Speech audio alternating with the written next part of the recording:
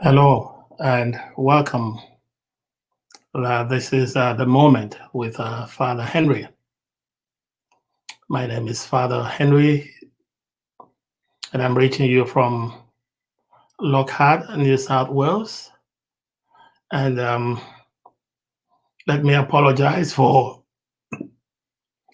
the delay. I've been waiting for my guests. These things happen. I got 4 guests lined up for tonight, but none has been able to show up so far. So that's why I'm delaying. But today we're going to be looking at the 5 years of our president in Nigeria, President Muhammadu Buhari, his 5 years of stewardship, and to see whether it has been a big blessing or maybe not a big blessing. Maybe it has been a curse. And the lines are open. Yes, hello. Hello. Hello. Okay, we lost that one there. So we'll wait, and as soon as my guests show up, but you can. Okay, I can see someone has just joined me. Let me bring him on and let him introduce himself. Oh, hello. Okay, this is been one of the guests that I've been expecting. This is Okay Asuzu. Okay, is reaching us from Spain. How are you doing? Okay. I'm all right, Father. How are you? I'm doing okay. How is the COVID-19 situation where you live? Well, I am in southern Catalonia, just south of Barcelona, about 90 kilometers from Barcelona. And the situation has quite leveled up a little bit. We have been having less than 20, 24 contagions every day now, or less. And we have had days without COVID deaths around this area. So we are going to enter phase 3 from Monday, which is when we have almost all the liberties we lost from the confinement. So we are quite good now. Okay. So how are you there in Australia? Well, I'm doing okay. I'm doing okay, my brother. We thank God for everything. Now we will not delay. Let's get into business. Today we're looking at the 5 years of our president in Nigeria, 5 years of occupying the hot seat. So before I start asking you questions, I want to play a clip of the comment he made on the day of his inauguration. Take a listen. Okay. I would like to thank the millions of supporters who believed in us even when the cause seemed hopeless. I salute their resolve in waiting long hours in rain and hot sunshine to register and cast their votes and stay all night if necessary to protect and ensure their votes count and were counted. I thank those who tirelessly carried the campaign on the social media. At the same time, I thank our other countrymen and women who did not vote for us, but contributed to make our democratic culture truly competitive, strong, and definitive. I thank you all. Having just a few minutes ago sworn by the Holy Book, I intend to keep my oath and serve as president to all Nigerians. I belong to everybody, and I belong to nobody.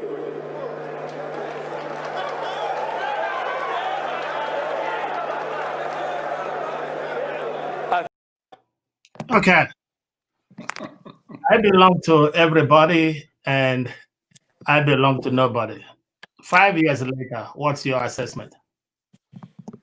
The question is not 5 years. The question is, are we counting out 1983 to 1985? Are we just counting the last 5 years? Because Buhari has been in the corridors of power. I'm a historian, and I like to go back, you know. Buhari has been in the corridors of power since Nigerian independence. The fact that we don't know his real age, and the fact that he has governed Nigeria in 2 different periods as a military ruler and now as a democratic ruler, does not limit his stay in power, because at times they try to overshadow us, close our eyes to the fact that he has been there before. This is the 5 years of ruin which some of us warned about before the elections. This is 5 years of disaster. This is 5 years of bloodshed. This is 5 years of the greatest division. I can even go about saying that it's as worse as the Nigerian Civil War, because Nigeria is in the last 5 years in a civil war unto itself. The number of killings in our country, the number of bloodshed in our country, our streets flows with blood in the last 5 years. And the problem is that we have a democratic dictator and the urchins that surround him that make, that clothe him in the cloth of democracy, while what we see is the same playbook of the famous Decree 4 of 1983-1985 playing around now. Nobody in Nigeria can open his mouth and criticize Buhari without fearing that EFCC will catch hold of them and take them to prison. Nigeria is in a dictatorship. But the worst is that the blood is flowing every day. The level of incompetence is horrible.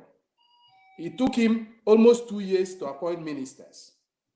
2 full years to appoint ministers. And even now, he's still Minister of Petroleum Resources, if I'm not making a mistake. And he's nowhere to be found. With the pandemic, what has he done? With the pandemic, what has he done? He has been hiding in Asorok or wherever he has been hiding. And once in a time, he comes out, brings out his head and tells us it's COVID-21. Probably it will be 22 next week. So this is 5 years of complete disaster, of a democratic dictatorship that has ruined the economy, ruined the social fabric, and divided us even further than we were divided before. We used to believe in the late 80s when we entered the university that we can fight, we can struggle to create a better Nigeria for our children. The bad story, Henry, is that how many years after we left university? 28 years? And we are still in the struggle. And the same people that were ruling Nigeria when we were in the university as little kids are still governing Nigeria now. Who is the secretary, who is the chief of staff to the president? The same people, the same bunch of people that have blood on their hands. So it's not 5 years. It's since independence till today, the same old people, the same old names, with the same Buhari as, or whatever he says he calls himself, because Shoyinka came out the other day and said that he's not sure Buhari is in charge of Asorok. If he's not in charge, they should tell us who is there. Okay. Thank you. Okay. There you didn't answer the question. The question, the question was whether he belongs to, for good or for bad, whether he belongs to everyone and to no one. What's your assessment of that comment? He belongs to Daura PLC. I don't know whether I'm making the point there. Look at the appointments. Look at the appointments from the police, the head of the police, to the head of the military, to the head of the customs, to the head of the civil service. Almost all major appointments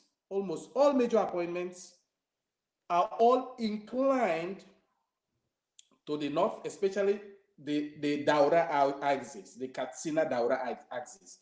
No, he is not a Nigerian. He has never claimed to be a Nigerian. He has never been a Nigerian in the sense of the words of, picking people of what from all parts of Nigeria. Nigeria as a country has people of what from all the parts. I can name names in economics, in science, in business, in construction, in engineering. We have good time people in all parts of the country. And then we have all his appointments lopsided towards the north. I think after making that statement, he went on Al Jazeera or so to say that if those that voted for him 90%, he's going to give them 90%. And those that voted for him 5%, they don't expect him to do much for them. So that says his real principles. His principles is not governing Nigeria for Nigerians. He is a Daura president, not a Nigerian president. He has never shown a sign of trying to be a president for the whole country. Okay. Now let's go into specifics. When he came on board, he promised to tackle some specific areas. He spoke about security, and specifically Boko Haram, and he spoke about corruption, and then he spoke about the economy. Let's look at the issue of security at the moment. Do you think Nigeria is safer today than it was 5 years ago? Of course, we know otherwise. During the last 7-8 months of Goodluck Jonathan, who I have personally criticized for ineptitude. Just a second. Okay. We criticize Jonathan for some level of ineptitude, for his inability to go on head-on against the Boko Haram menace. But we also understand that he had problems, because if he had gone headlong against Boko Haram, people would have said, oh, a southern minority attacking the north. But during the last 6 months of Goodluck Jonathan, we found out that the Boko Haram were on the run. He has been able to reduce their capacity to attack, and to attack big time. And then I remember Buhari coming in to tell us that he was going to decimate these people before Christmas, if I'm not making a mistake. And we don't just have Boko Haram. This week, they attacked a major general. I think they killed a general. So that tells you how secure we are in Nigeria. But it is not just the question of Boko Haram now. We now have Fulani headsmen too, with the full backing of the president, with the full backing of the presidency, armed to the teeth, roaming the streets of every corner of Nigeria, killing, raping, enslaving, and maiming our brothers and sisters. You cannot travel from Abuja to Lokoja. You don't dare travel from Abuja to Kaduna by road. You dare not do that, because it's this unsafest place, the closest to the seat of power that we have. How many people have Boko Haram killed this year? It's almost the same amount. What we are in June now. It's the same amount they killed in the last year of Jonathan's government, and we are not yet half of the year yet. How many places have the Fulani herdsmen invaded and killed people in the last 6 months? The numbers are just alarming. They are roaming the streets of villages. My village, Okija, they are roaming they are raping women that go to their farm to pick their farm harvest. So our country is quite more unsafe today. Let's talk about corruption, which is one of the things people voted for him for. He's a fighter of corruption. If he has not been able to table his GCE certificate, and please don't laugh about that, which is one of the basics to be the head of state. What are we talking about in corruption? How can you fight corruption when you're already corrupt? How can he spend billions of taxpayers' money in a Sorok clinic, and every time he has had ordinary headache, he has flown to the UK for treatment? Is that not corruption? Is that not corruption? How many times has his wife flown out of Nigeria for medical checkups, for shopping in Italy, in Germany, and in the UK? Is that not corruption? Is that not corruption? People think corruption is just stealing, going the millions that disappeared, the snake ate. No. If you are supposed to have a GCE certificate to be head of state and you don't have it, and you are governing the country, it's corruption. If you spend taxpayers' money on a Sorok clinic, millions and millions, that could have been used for the general hospitals in our village to give services to people that really need it, and you leave all this equipment there and good doctors that we have in Nigeria, and you fly to the UK for treatment, it's corruption. If you import Chinese medical personnel or whatever they say they are to come and deal with coronavirus, and then you later tell us that you don't know where they are and you don't know who they are, it is corruption. People think corruption is only stealing billions. And Buhari is one of the most corrupt presidents Nigeria has in terms of figures. In terms of figures. So insecurity is worse than when he got to power. Corruption. Ganduje, Governor Ganduje of Kano State, if I'm not making a mistake, was caught on tape, stealing, receiving bribe. Then if it were you, that you're caught on tape taking bribe, the next day EFCC will come and pick you up and even pick up the microphone that we are using, the telephone that we are using to make this broadcast. So Buhari's government is one of the most corrupt governments that we have had, if not the most corrupt government that we have had in years. And look, Obasanjo's own was extremely corrupt too. So what else did he say he was going to do? Because the basic were corruption and is insecurity, and both of them has failed. You said the economy. the economy. We were growing in the last 2 years of Jonathan's government. I'll just do relative comparison with Jonathan's government. We were growing 6.7% in the last 2 years of Jonathan's government. We were the biggest economy in Africa. We even went above South Africa as the biggest economy in Africa. We were celebrating it. We knew that being the biggest economy in Africa does not translate that the poor man stops being poor. But we were thinking that, you know, what we call the trickle-down effect. We get down there somehow, and the poor people will have some oil to be able to eat their yam, you know, their boiled yam. But then we have been almost in perpetual recession since Buhari got. He will say, "Oh no, it is because the price of crude has gone down." No, the price of crude went down now. The budget was stipulated on 40-something dollars per barrel. And then we were selling at 50, 60, up to 70, 80 dollars per barrel. So it wasn't the price of crude that made his government, the economy in recession. It is because he doesn't have any economic blueprint. He doesn't even know what a livestock production is. I remember watching one of his interviews with AIT, if I'm not making a mistake, or channel television, AIT, where he didn't know what livestock was, a presidential debate. He didn't know what livestock production is. And he supposedly has cows in his village. So he has failed woefully in the tripod that basically our country stands on: security, economy, and what was the other one? On the 3 points, he's failed woefully. Okay. But just you said he didn't know what livestock meant, but he had 150 cows. Isn't that enough to say that he knew about the business?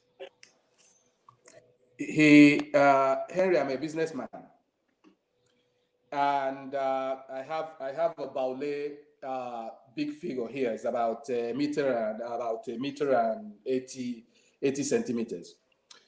And if I have 10 of these figures here in 1970, and then in 2020, I will still have only 7 of them. That means, I am not a good businessman, or I'm telling a big lie. Buhari has had the same number of cows in 1983 when he did the first coup, and 2020, now that he's the president, he has had the same number of cows. So I don't know whether he knows what business is, but surely he's not a good businessman. And he doesn't know what livestock is. He asked the vice president what livestock is on live television. So having cows does not mean knowing what the business is all about or what farming is all about. Okay. Now let's look at other areas. Meanwhile, if you are just joining us, this is The Moment with Father Henry, and we're looking at the 5 years of Buhari's presidency in Nigeria, how far he has gone to stick or fulfill all the promises he made when he took the oath of office on the 29th of May, 2015. So you are very free to join the conversation. The links are there, whether you are watching on Facebook or on YouTube. The links are there, and you can see the number on the screen if you want to join the conversation. Now, Mr. Okay, what about the issue of infrastructural development? A lot of people would say that he has done a lot to build the infrastructural base of the country. Would you give him credit for that?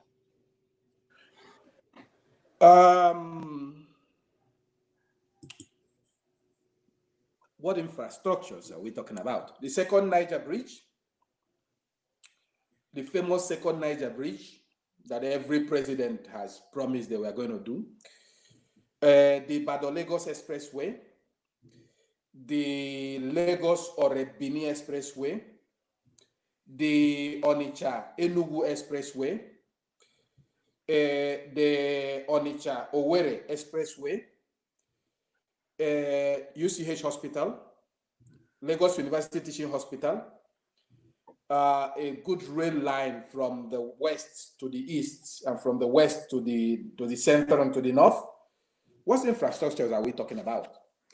They have commissioned one or two fast rail lines, which was started by the Yaradua Jonathan government and was about being completed when they got to power. The light situation in Nigeria, which they also promised that they were going to give us light 24 hours every single day, is as bad as it has always been. The cost of the telecom industry, that is not theirs in whichever case, but they can make regulations to force the telecom industries to have better network, because as you know, when you call into Nigeria, 99% of the time, they don't have sufficient network. But at the end of the day, the telecom industries take their pay. Just like the light bills keep coming when people don't have light. Nothing has changed. Look, I remember when I was quite younger in the 70s and early 80s, we traveled from Lagos to the east during Christmas. The roads were better than what we have today. I remember some time ago traveling to the east by road, and we had to deviate in Edo State, from Delta State to Edo State, and then go through Ondo and whatever. You know, just running around like snakes. Beautiful pictures, but we want things. This is 5 years. It is enough to have built a bridge. It has the River Niger, the second Niger bridge is not 20 kilometers bridge. It's about less than 5 kilometers. So it could be built in a year if they really want to build it. And all these other roads I have mentioned are in bad shape, in horribly bad shape. I remember, Henry, that you were in your village some time ago, and you were showing us videos of how dangerous it was to get from one point to the other, because it had just rained or it has not rained, but the road was getting bad. No, the situation in our country, in terms of infrastructure, is horrible. How many tests have they done for COVID? How many centers are really prepared? Our teaching hospitals. Our teaching hospitals were better in the 70s and 80s than they are today. I remember UCH as a little kid. I grew up inside UCH, University Teaching Hospital, but I grew up there. And I remember the beauty of UCH. Once in a blue moon, we didn't have light. But we had standby big-time generators inside UCH that supplied light 24 hours every day. That is not the case now. Because even if you have the generator, you don't have the gas to fuel it. If you have the gas, you don't have spare parts to repair the generators. The hospitals are literally dead beds. They are mortuaries. They are mortuaries in the making. When you don't have mattress on top of the bed in the hospitals, the general hospitals. So he has commissioned one or two infrastructures that were already in construction when he got to power, about to be completed.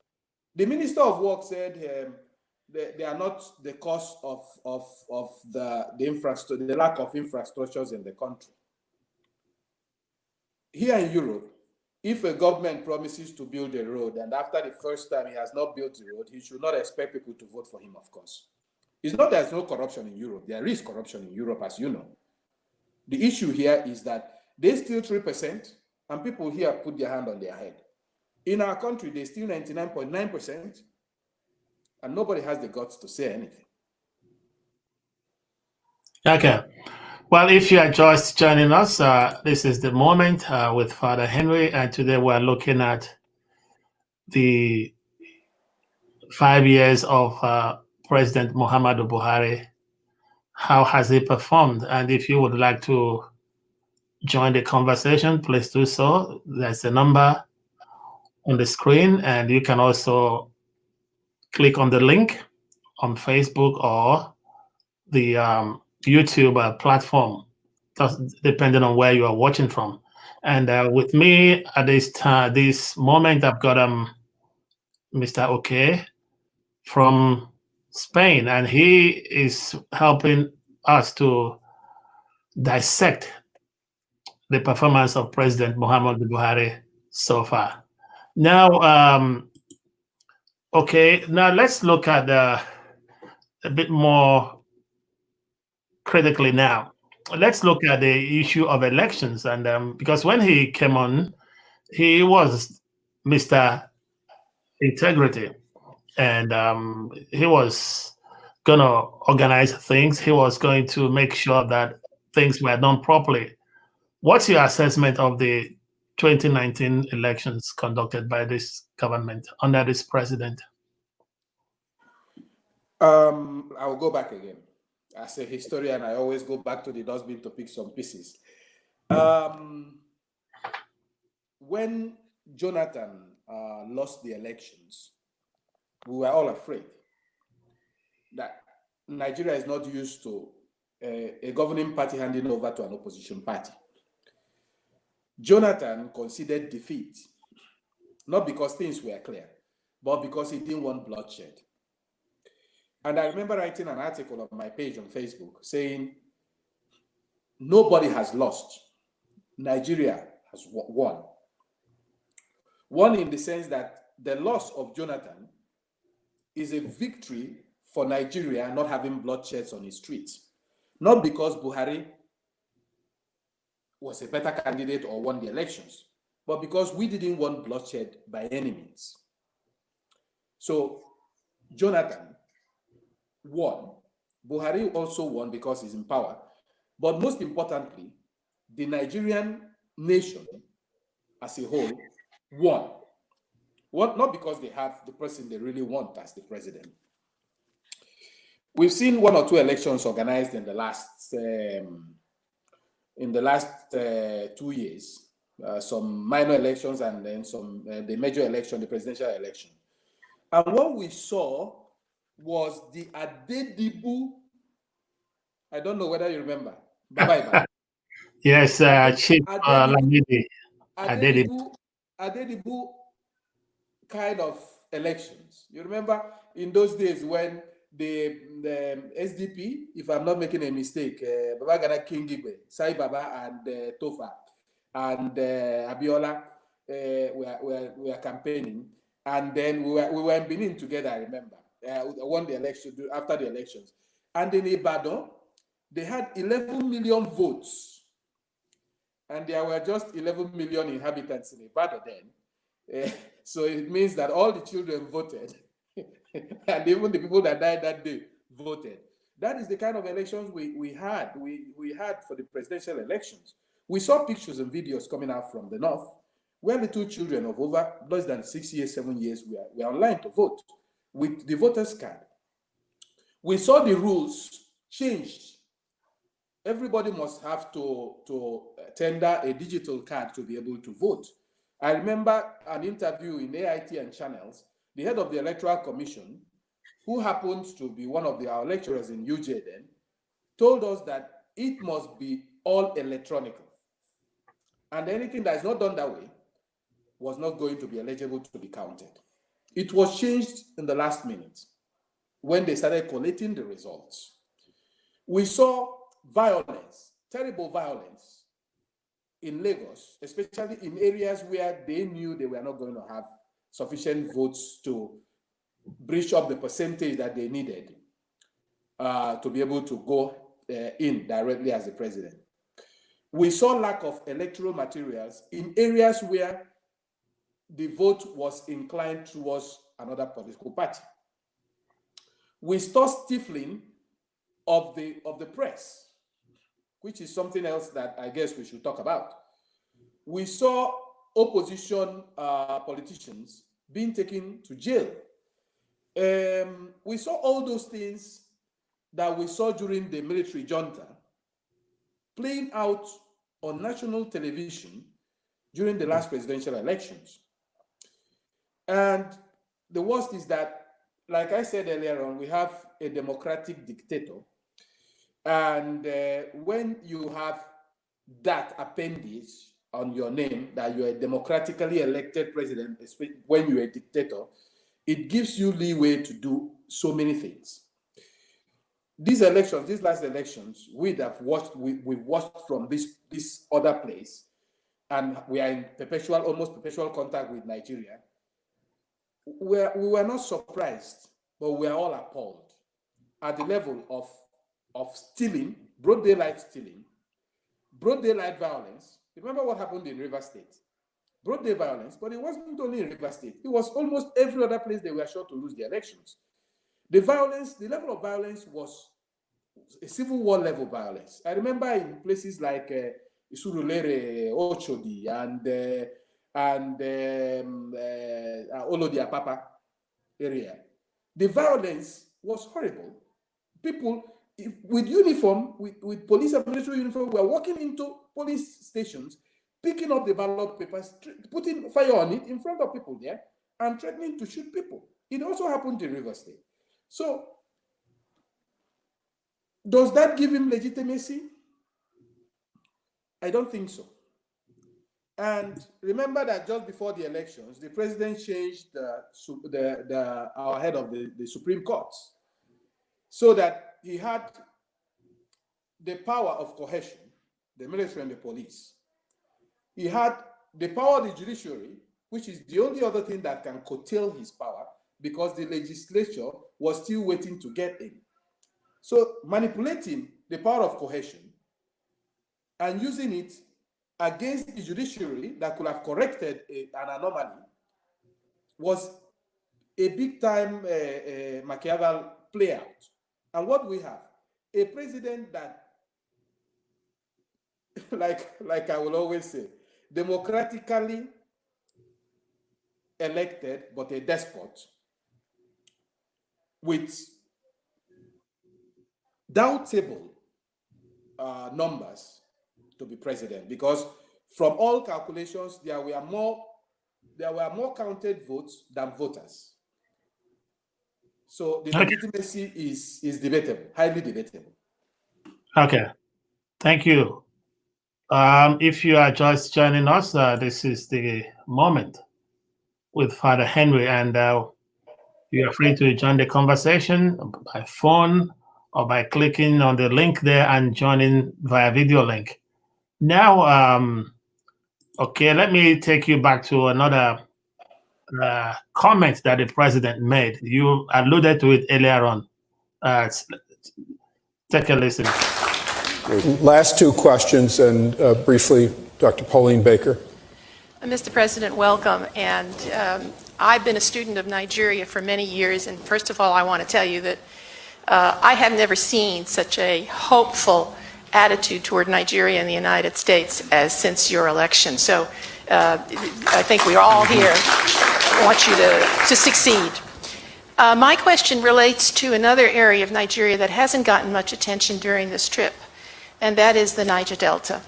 It's a challenge that you're going to face. I wonder if you would tell us how you intend to approach it, with particular reference to the amnesty, bunkering, and inclusive development. Thank you. Inclusive government. Inclusive government. You know, how you include, women, youth. I see. Yes. I hope you have a copy of the election results.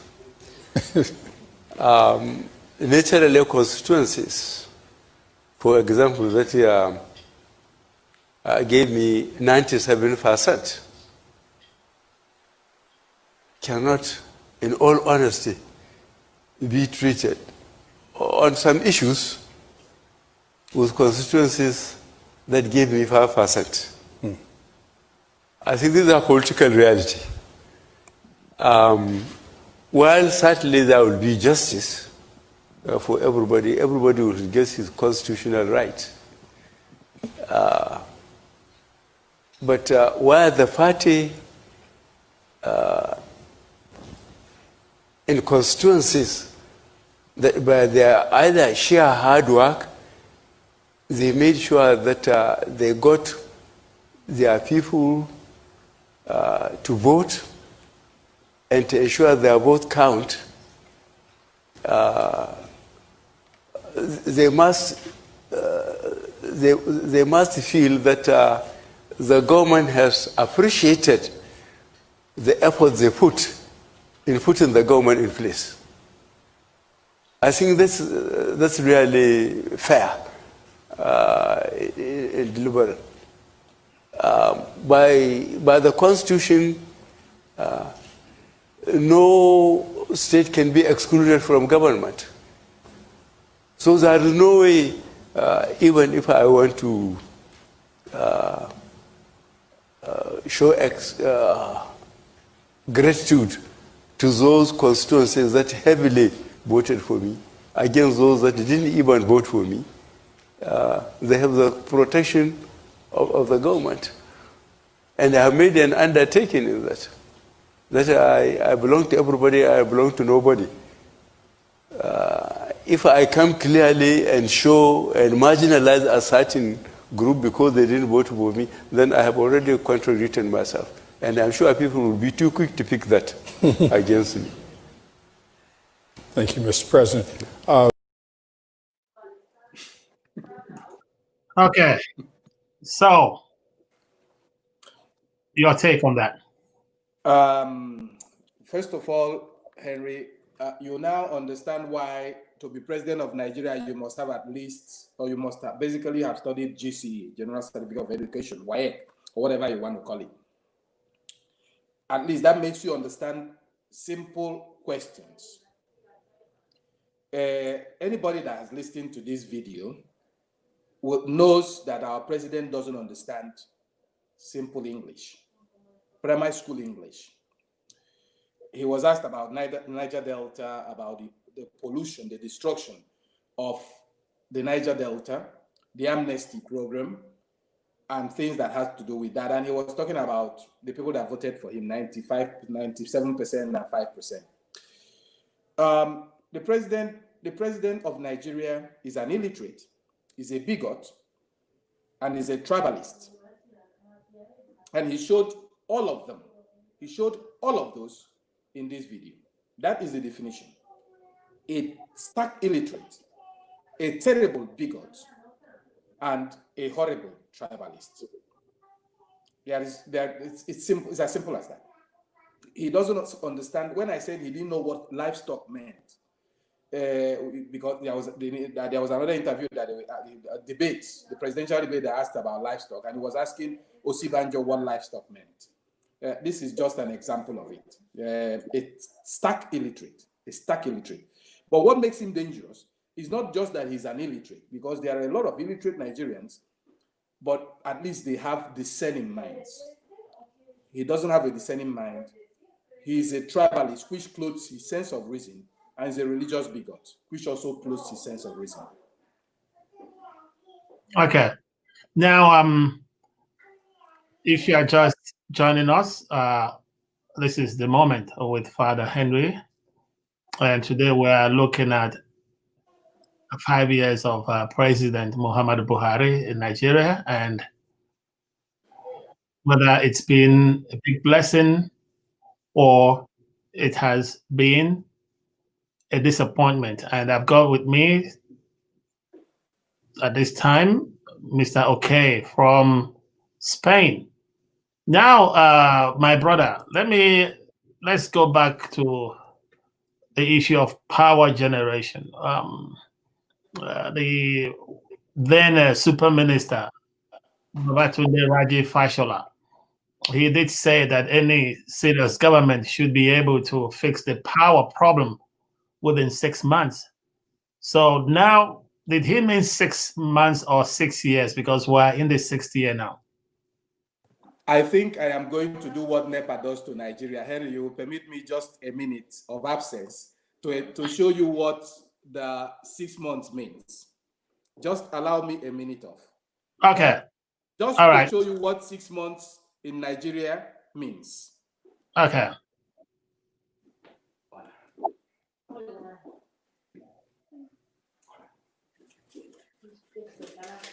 Six.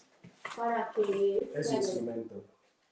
Okay, while we're waiting for okay to come back, this is still Father Henry here with you. And if you would like to join the conversation, please do so. And while we are waiting for him, let me play you again the pledge made by our president when he took over in 2015. I would like to thank the millions of supporters who believed in us even when the cause seemed hopeless. I salute their resolve in waiting long hours in rain and hot sunshine to register and cast their votes and stay all night if necessary to protect and ensure their votes count and were counted. I thank those who tirelessly carried the campaign on the social media. At the same time, I thank our other countrymen and women who did not vote for us, but contributed to make our democratic culture truly competitive, strong, and definitive. I thank you all. Having just a few minutes ago sworn by the Holy Book, I intend to keep my oath and serve as president to all Nigerians. I belong to everybody, and I belong to nobody.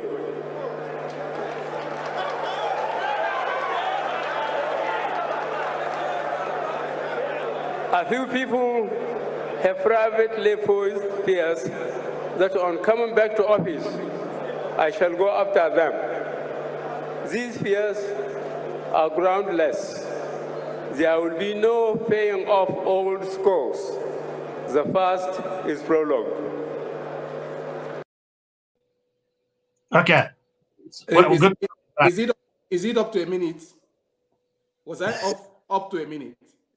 That's okay. Just go ahead and make your comment. That when you after talking about the power generation, I'd like you to comment on what he said that there wasn't going to be any vendetta. We know that Sambo Dasuki was locked up for so many years. We will get to that, Father. I disappeared just to tell you how the words of in the last 5 years of all the people in the corridors of power have been. They were going to give, if I'm not making a mistake, 5,000 naira to all Nigerian unemployed youth. They were going to generate power in 6 months.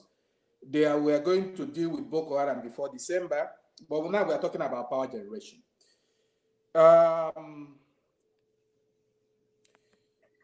I've called Nigeria at least 25 times in the last 1 week. And of the 25 times, of more than 25 times, different places, from Port Harcourt to Okija, to Lagos, to Ibadan, to Benin, to Jos, to Makurdi, there's only been one place with light, 25 times. The level of and some of them have supposedly been privatized, but it's the same thing. It's the up NEPA, down NEPA. They've changed the name, or it's still the same old rubbish. When they generate electricity, they cannot distribute it. They don't have the facilities to distribute it. When they have possibility of facility to distribute it, they cannot generate electricity. At times, they don't have the gas for the turbines. At times, they don't have the turbines for the gas. It's hide and seek. It's hide and seek. But there is one basic thing here. The light bill comes every month. The light bill comes every month. So, is the situation different from when Buhari got to power? No. It's the same old rubbish. Old rubbish. Let me just give you an example with a country, just our neighbors. I lived in Republic of Benin 6 months. 6 months. some 24 years ago. In the 6 months I lived in Benin, Republic of Benin, they only had one power outage in 6 months, 5 hours, because there was a terrible thunderstorm and the light went. And in 5 hours, it was already repaired. And the government asked for forgiveness. Republic of Benin, Ibadan has more population than the whole of the Republic of Benin. So that is how bad we are. Of course, the expenditure, if they tell you the amount of money they have supposedly put into power generation, you will faint. You will faint, but because they don't use that kind of money here to generate energy. We have dams, we have rivers, we have everything. You see, Henry, our country is so stupid. It's horrible to say it. It's horrible to say it. We have sunlight every single day of the year. Every single day of the year.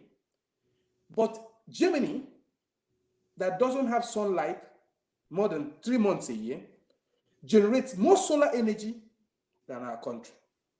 We're still looking for turbines. We're still looking for turbines and gas to fuel our electricity.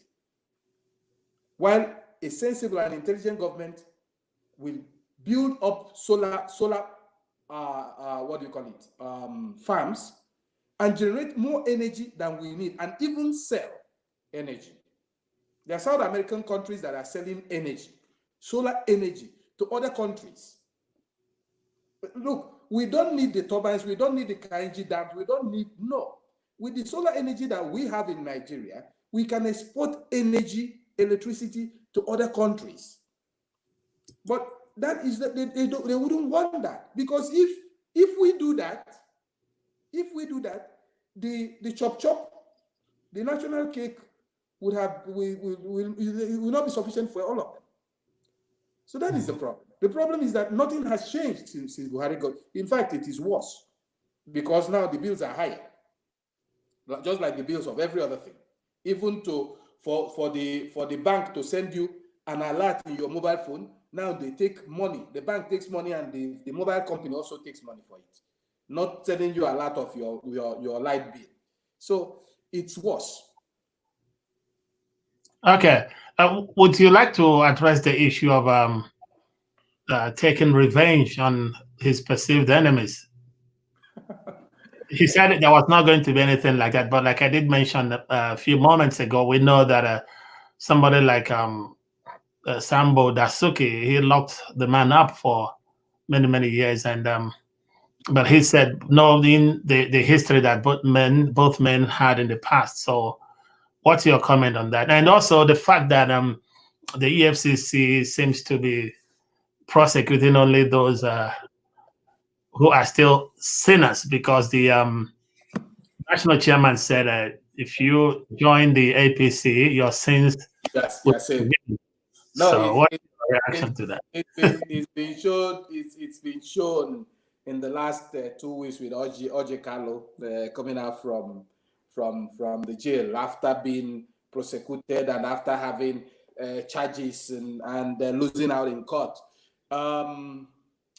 We can ask the show worries, that sang praises of Buhari at some point and then criticize him at others. How far? We can ask them how far. You will understand the level of revenge by an illiterate. When an illiterate, carries out a revenge, it is horrible. It's worse than the Greek revenge.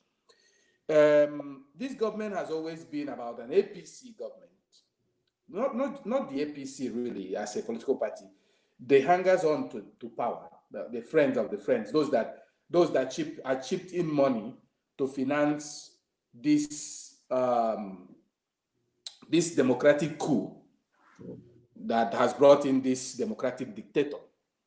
So all those that have criticized this government, that has fallen out with this government, ask the dinos how far. Anybody that has fallen out against this government has had lynching, literally. The EFCC is now the government revenge tool. DSS also functions as a government revenge tool. Remember when they invaded the National Assembly and we are looking for Luchola Saraki and the rest of them. So it's a revenge tool. They've used it in the last 5 years, both the DSS and the FCC, to attack all perceived real and perceived enemies, political and otherwise. Okay. Let me jump in there because we got about 3 minutes to go, but I will ask for a reaction. This is the comment made by Abubakar Omar over the last week, I think, or early this week, and he said something like, all those who wish you and the country well must mince no words in warning you that Nigeria has become dangerously polarized and risk sliding into crisis on account of your administration's lopsided appointments, which continues to give undue preference to some sections of the country over others. So Abubakar Omar there is saying, look, man, belong to all of us. What's your comment on that? Okay. A bigot, a tribalist cannot change. You know, we have a proverb in my place that when you take a pig to the stream and you give it all the best bathing in the world and even perfume it, the next mud water it sees, it falls into it. Buhari cannot change. He cannot be president to all of Nigerians because he does not believe in Nigeria as a country. He does not believe in Nigeria as a country because you don't unleash evil on your country. You don't unleash invaders on your country. You don't unleash Fulani headsmen on your country. The appointment, lopsided appointment, is just part of the whole game plan, which is my people, my people, my people, my people, myself, myself, myself. Egocentric, bigot, tribalist, and of course an illiterate.